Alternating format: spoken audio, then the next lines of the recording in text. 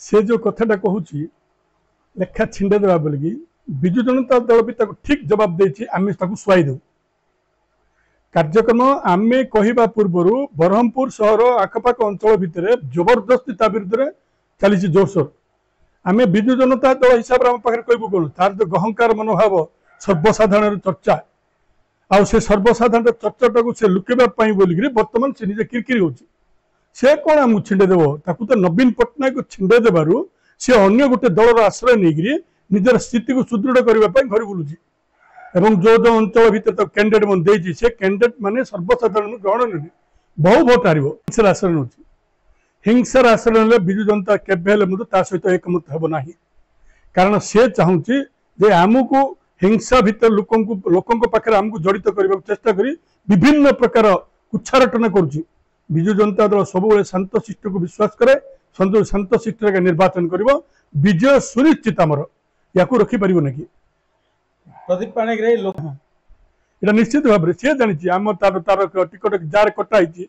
सी कि प्रकार स्टेप नब सी निष्पत्ति नब आम कह कि ना प्रमाणित होगा ना आप गोटे कथा देखु जो दिन से भद्र व्यक्ति की जो दिन पाछुटी नेला पाछुटी नेबा विषय में समस्त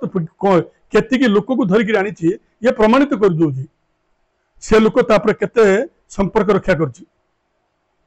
निर्वाचन रे वोट देला वाला समस्त ठीक जवाब देबे ठीक जवाब ताको देबे निश्चित भाव में शुणु जवाबटा एत सहज साध्य नहीं नवीन पट्टनायक सरकार रो विकास करती सर्वसाधारण भितर दुईमत हेबार भी नहीं आज पर्यंत भारतीय जनता पार्टी कैंडिडेट देवाक भी सक्षम हो पार नथुला एवं 72टा सीट जो विजु जनता दल प्रथम घोषणा कला से आम 60टा जीतिक आसू बर्तमान ए सबुठी धरी नि से भी कहे आमर केतरा क्षेत्र विभ्राट हो निर्वाचन तो खेल लगी कोटी जिता कोटी हरा यहाँ चली ये डिया डे चली कि से भी मतलब आम कटे देवा नेतृत्वर अभाव जेहेतु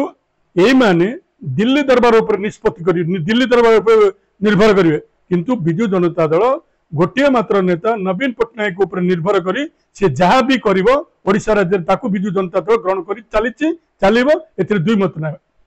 प्रदीप पाणिग्राही बीजेपी ना आपण कोन बाया हेले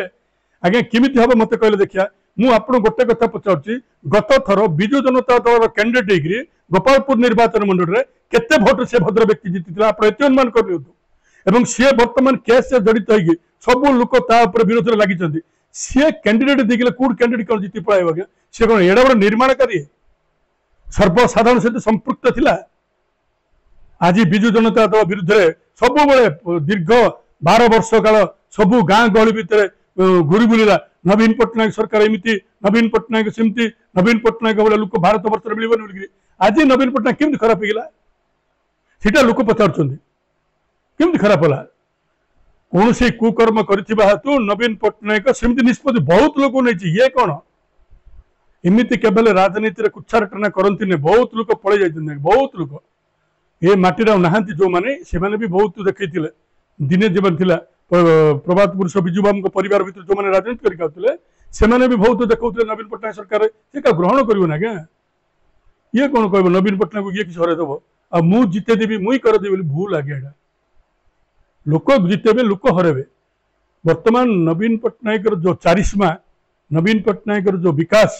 नवीन पट्टनायक जो सरल मनोवृत्ति सर्वसाधारण भितर ग्रहणीय होची या विरुद्ध जो लोक जनमत सृष्टि करने चेष्टा कर सुआई देवे